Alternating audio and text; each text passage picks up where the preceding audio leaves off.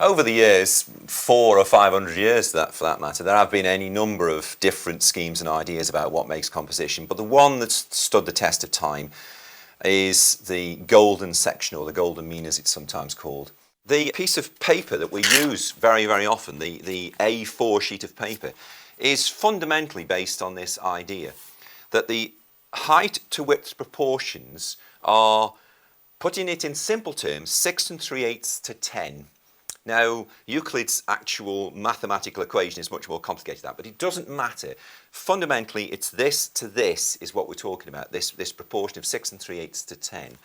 And this space is thought to be aesthetically a pleasing space, better than a square or any other shape you might come up with.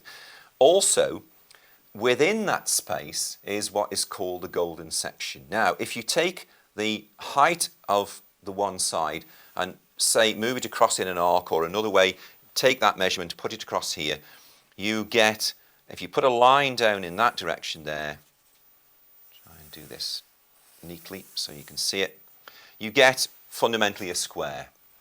If you then take this space here, bring it down to here, you get fundamentally a square there. Okay? Now, in the purest idea of this, then you would use this as the focal point.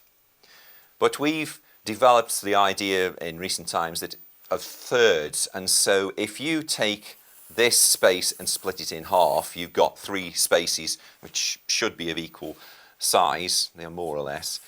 Again, this is not an exact science. The idea is that within this area now, somewhere around there, would make a good focal point to put your idea. And then here would make a good focal point on that cross, and here and here. So you've got 4 chances for a focal point.